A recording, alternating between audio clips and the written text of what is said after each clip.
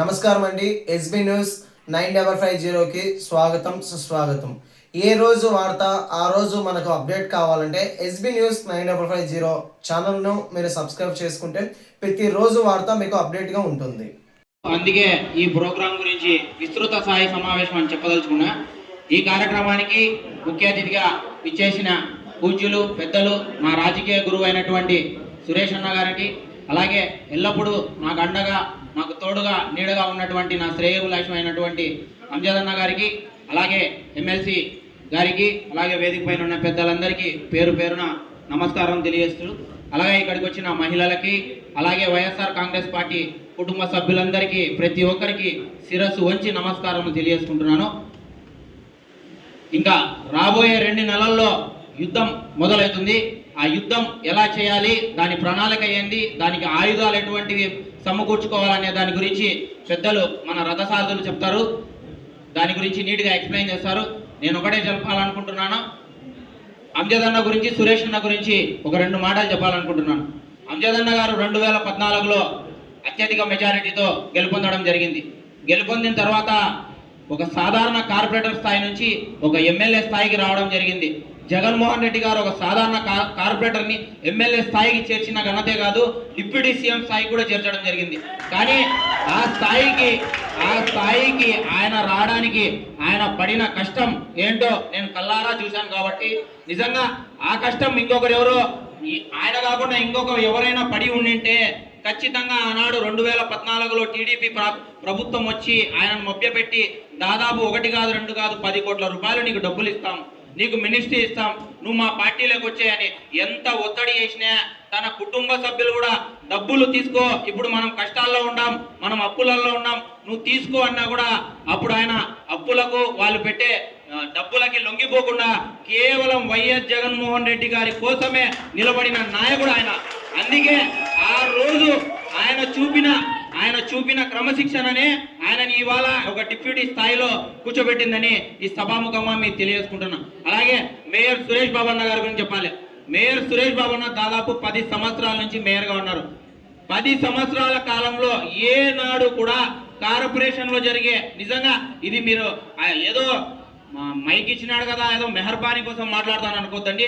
10 సంవత్సరాల్లో ఏ రోజు కూడా లంచం అనే మాటనే లేకోకుండా చేసిన నాయకుడు ఆయన. ఏ పొద్దుైనా ఏ రోజైనా ఆర్టికల్ వచ్చినా, ఏ జ్యోతిలో కానీ ఏ ఈనాడులో కానీ ఏదో పలాని మేయర్ గారు ఇది అవినీతి చేసినారు, పలాని మేయర్ గారు ఇది చేశారని ఆనాడు ఎప్పుడు రాలేదు. ఇప్పుడు వస్తానే. ఇప్పుడు టీడీపీ ప్రభుత్వంలో ప్రతిరోజు మనం చూస్తాం.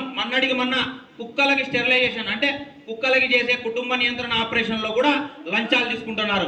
ఇవన్నీ ఎవరు ప్రోద్బలంతో? ఇక్కడ ఉండే ఎమ్మెల్యే మాధవిరెడ్డి గారు తెలుసు కదా, లాటరీ పద్ధతిలో 8 నెలలకే ఎమ్మెల్యే అయినారు కదా, లాటరీ ద్వారా. ఆ ఎమ్మెల్యే గారు నిజంగా ఏ ఒక్కరికి కూడా 1 రూపాయి ఆశించకుండా కొన్ని వందల కుటుంబాలకి ఉచితంగా ఉద్యోగం ఇచ్చిన ఘనత మా మేయర్ సురేష్ బాబు గారికి దక్కుతుంది. నిజంగా ఆయనకు శిరస్సు వంచి అభినందనలు తెలుపుకుంటున్నా. ఎందుకంటే ఎవరైనా రాజకీయాల్లో 10 రూపాయలు సంపాదించుకుంటాం, మా బిడ్డలకు పెట్టుకుంటాం అని ఆలోచించే ఈ రోజుల్లో మాకు డబ్బు వద్దు, మాకు ఓటు వేసిన ప్రజలు, మాకు అండగా నిలబడిన కార్యకర్తలే ముఖ్యం అనుకునే ఇలాంటి గొప్ప వ్యక్తుల అడుగు జాడల్లో నేను నడుస్తున్నందుకు నిజంగా గర్వపడుతున్నా. మీకు ఎవరికి ఏం టెన్షన్ పడనవసరం లేదు. ఖచ్చితంగా మన ప్రభుత్వం ఏర్పాటవుతుంది. మన ప్రభుత్వం ఏర్పాటైనప్పుడు మనం పోయి వాళ్ళ దగ్గరికి పోయి అన్నా మాకు పని చేయవి అని అడగాల్సిన అవసరం లేదు. వాళ్ళే మన ఇంటి దగ్గరకు వచ్చి, మన గడపకు వచ్చి, మనం కష్టపడినాం ఖచ్చితంగా వాళ్ళకి చేయాలి అని జగన్మోహన్ రెడ్డి గారిని నిలదీసైనా మనకు పనులు చేపించే నాయకులు వాళ్ళిద్దరు. కాబట్టి ప్రతి ఒక్కరూ వాళ్ళకి దండగా నిలబడాలి. ఎంతో మంది ఎన్నో విమర్శలు చేస్తూ ఉంటారు, అయ్యా అవుతాయా ఇట్లా అవుతాయా అట్లా అవుతాయి, కానీ అవన్నీ ఏం పట్టించుకోవద్దు. మీరు చూడాల్సింది ఎస్పీ అంజద్ బాషా గారిని, మేయర్ సురేష్ బాబు గారిని, తర్వాత మన దైవం జగన్మోహన్ రెడ్డి గారిని మాత్రమే. ఎవరి మాటలకు మోసపోవద్దండి. అలాగే మా దైవం జగన్మోహన్ రెడ్డి గారి గురించి చెప్పుకోవాలి. దైవం జగన్మోహన్ రెడ్డి గారి గురించి చెప్పాలంటే మహాభారతం కూడా సరిపోదు, రాయాలంటే రామాయణం కూడా సరిపోదు. నిజంగా ఆయన చేసిన గొప్ప విషయాల్లో అంతో కొంత గొప్ప ఇక్కడికి చెప్పాల్సిన బాధ్యత నాకుంది.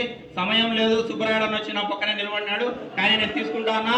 ఎందుకంటే ఇంతమంది కుటుంబ సభ్యులు వచ్చినప్పుడు అది ఆటోమేటిక్గా వచ్చేస్తుంది అన్న. ఇప్పటి వరకు మన భారతదేశ చరిత్రలో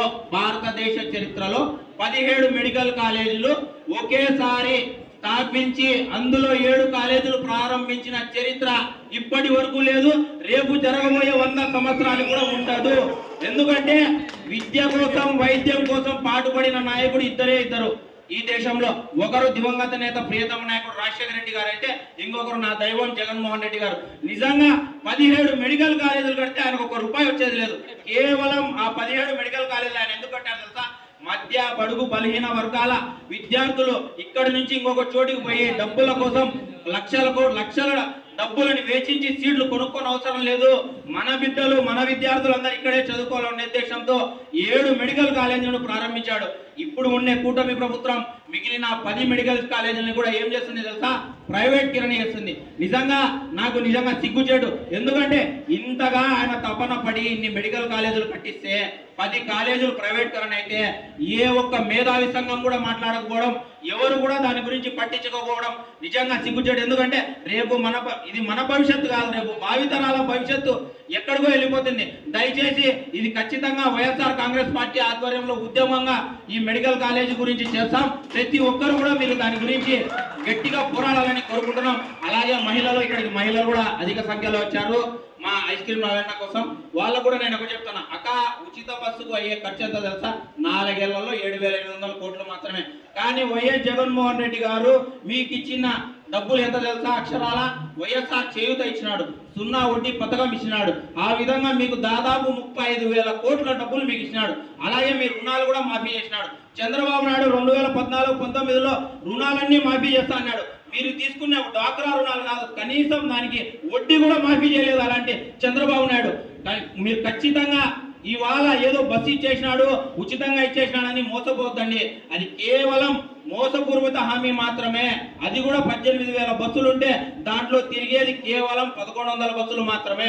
దయచేసి మీకు అండగా దండగా నిలబడిన వైఎస్ జగన్మోహన్ రెడ్డి గారికి మాత్రమే మీరు ఓటు వేయాలని కోరుకుంటున్నాం. అలాగే వైఎస్ జగన్మోహన్ రెడ్డి లాంటి నాయకుడు తరానికి యుగానికి ఒక్కడు మాత్రమే ఉంటాడని ఈ సభాముఖంగా తెలియజేస్తుంటూ, సమయం ఎక్కువ లేనందువలన ఈ అవకాశం ఇచ్చినందుకు ఐస్ క్రీమ్ రవణ గారికి, అలాగే ఇంతటి చక్కటి కార్యక్రమం చేసిన ఐస్ క్రీమ్ రవణ గారికి మరొకసారి ధన్యవాదాలు తెలుపుకుంటూ జై జగన్.